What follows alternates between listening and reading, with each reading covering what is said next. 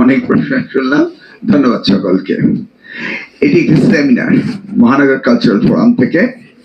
এই সেমিনারের আজকের আমাদের সভাপতিত্ব করছেন বাংলাদেশের প্রবীণ বুদ্ধিজীবী এবং সাবেক সচিব এবং সম্ভ্রান্ত পরিবারের একজন ব্যক্তি, যিনি আমাদের সকলেরই শ্রদ্ধাভাজন। এবং আমি যখন দায়িত্বপ্রাপ্ত ছিলাম প্রতিমন্ত্রী, তখন থেকে ওনার সান্নিধ্যে যাওয়ার আমার সুযোগ হয়েছিল। দেখেছিলাম ওই সময়ে ওনাদের কর্মতৎপরতা এবং প্রশাসনিকভাবে ওনাদের দক্ষতা এবং দেশকে সামনের দিকে এগিয়ে নিয়ে যাওয়ার জন্য তাদের যে পরিকল্পনা, সেটা আমরা দেখেছি সেই সময় সেই শ্রদ্ধাভাজন ব্যক্তিত্ব মাকরুম মোর্শেদ সাহেব। রয়েছেন অন্যান্য বিশিষ্টজন, উপস্থিত সুধীজন, আসসালামু আলাইকুম। সেমিনারের কথা বলা হয়েছে বাংলাদেশের গণতন্ত্র ও সংস্কৃতি কোন পথে। তাহলে মূলত হচ্ছে বাংলাদেশ কোন পথে।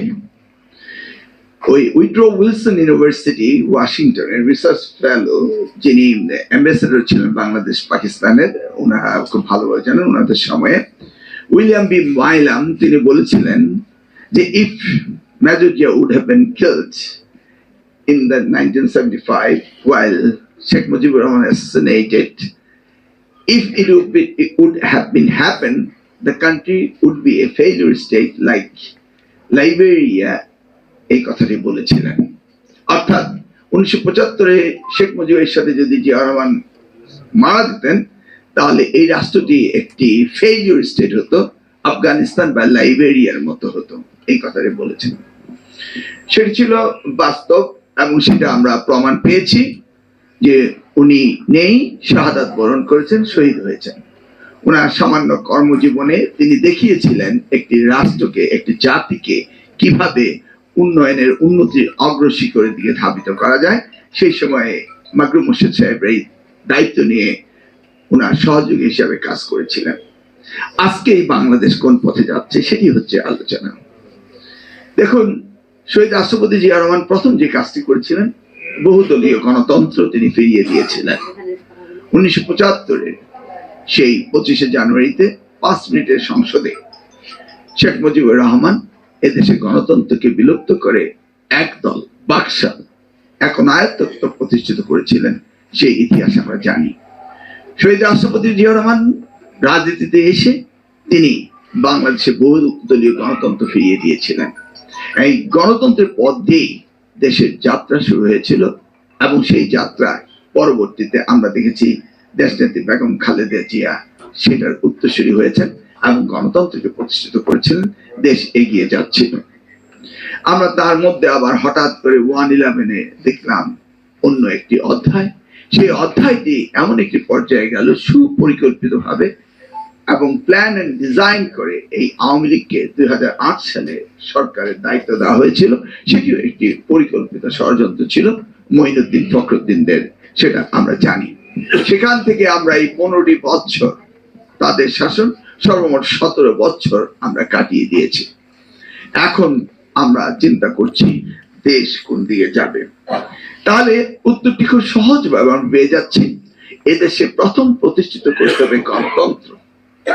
এই ছাত্র জনতার 53 বছর বয়স পরে এসে যে গণবিপ্লবের মধ্য দিয়ে, আত্মহত্যা এবং রক্তের বিনিময়ের মধ্য দিয়ে যে আমরা 53 বছর বয়সে যে দ্বিতীয় বিপ্লব, দ্বিতীয় স্বাধীনতা পেয়েছি, সেটাকে আমাদের আবারও পুনরুজ্জীবিত করতে হলে আমাদের সবচেয়ে বেশি প্রয়োজন গণতন্ত্রকে আবার পুনঃপ্রতিষ্ঠিত করা।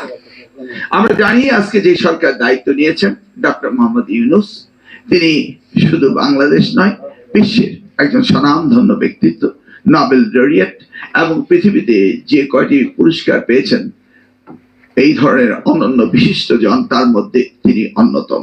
তিনি আজকে এই সরকারের দায়িত্ব নিয়েছেন এবং রাষ্ট্র পরিচালনার জন্য তিনি যে উপদেষ্টা পরিষদ নিয়েছেন, সকলেই তাদের ব্যক্তি জীবনে, কর্মজীবনে তারা সকলেই সফল ছিল, এটি অনস্বীকার্য এবং আমরা তা সকলেই বিশ্বাস করি।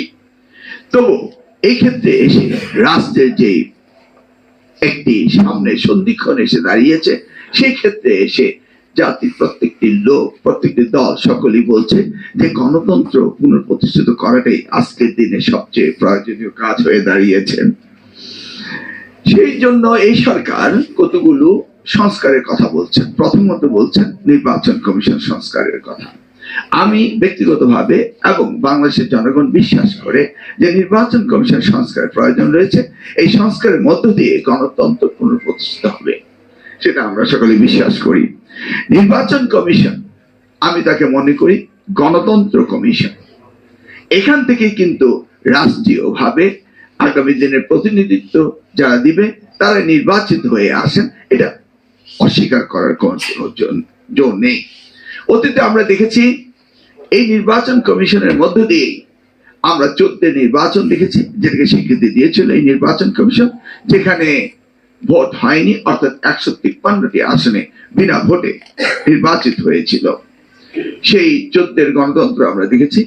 2018 সালে আমরা গণতন্ত্র দেখেছি। সেই সময় দেখেছি যে মধ্যরাতে আমলারা, প্রশাসনিক কর্মকর্তারা, এসপিরা, ডিসিরা, ইউনোরা কিভাবে মধ্যরাতে ভোট দিয়ে একটি সরকারকে নির্বাচিত করেছিল।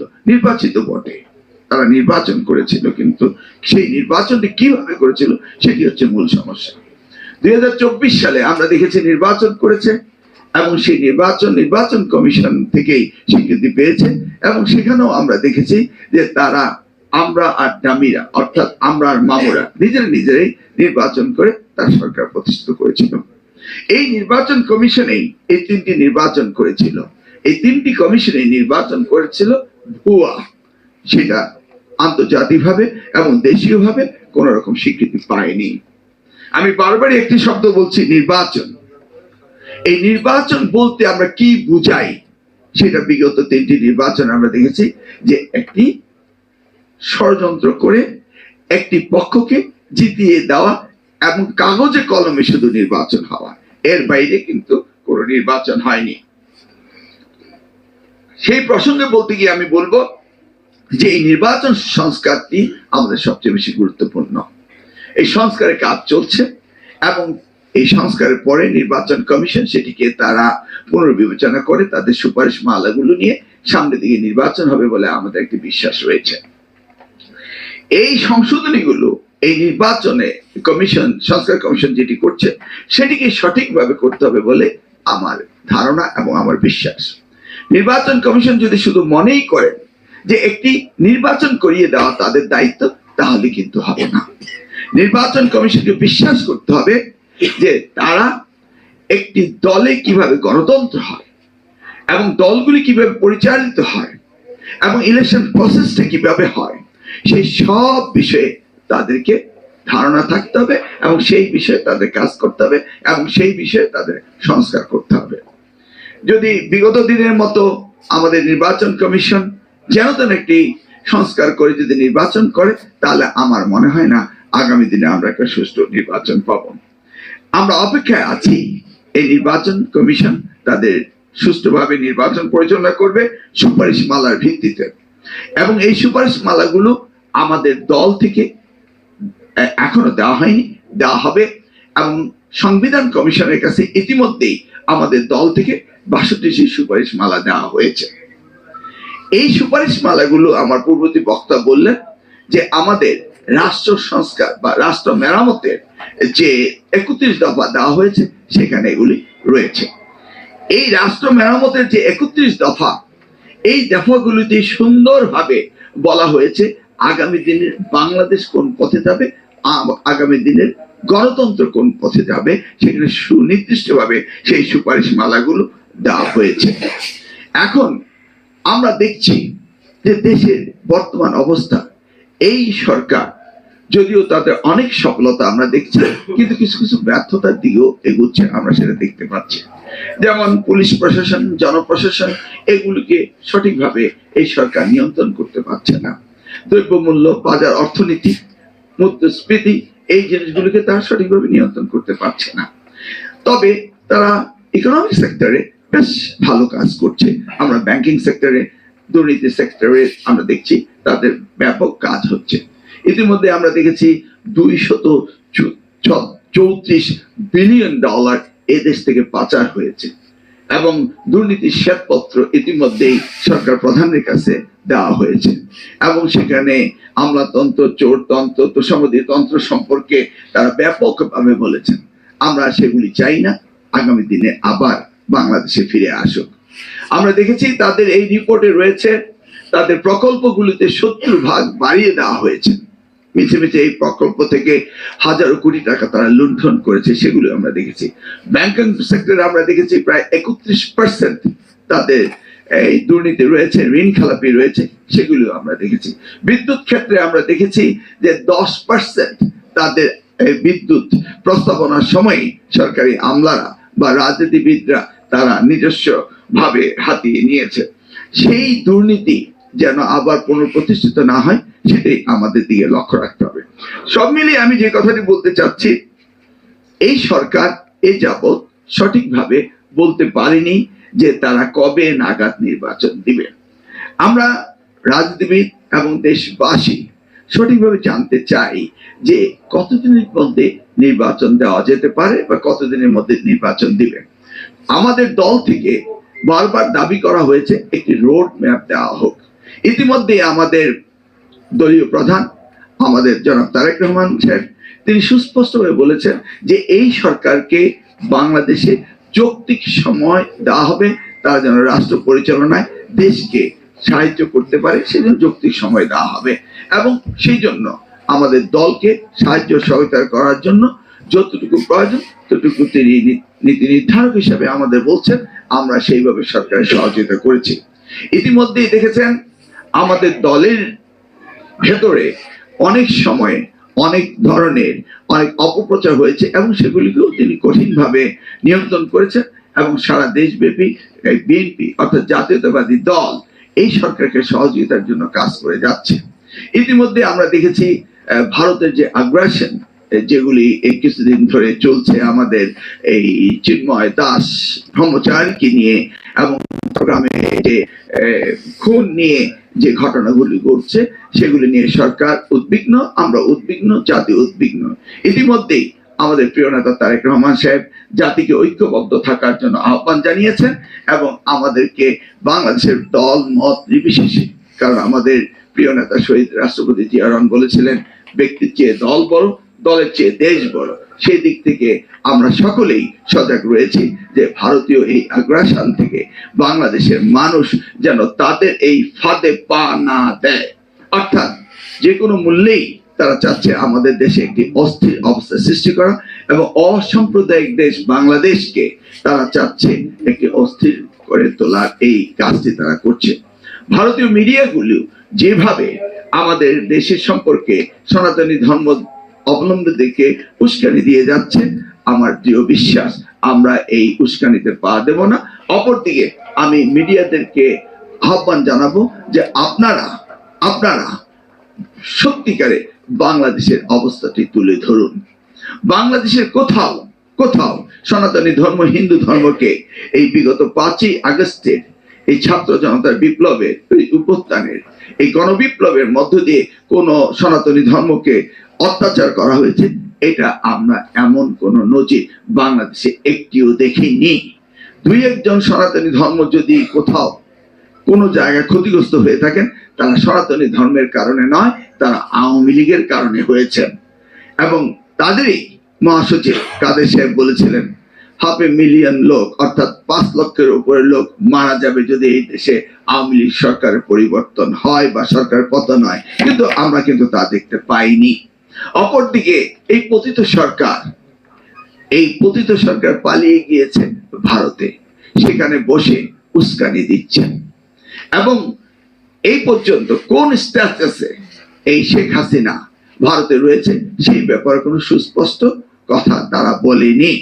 সব মিলিয়ে ভারত চেয়েছিল, যেটা নেহরু ডক্ট্রিন থেকে আমরা দেখেছি, যে এই বাংলাদেশের স্বাধীনতার যুদ্ধ হতে শুরু করে আজ অবধি ভারত যে প্রতিবেশী সুলভ আচরণ করার কথা সেটা করেনি।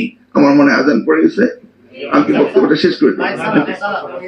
তাহলে আমি শেষ করে দিই, একটি ছোট্ট কথা বলে শেষ করে দিই।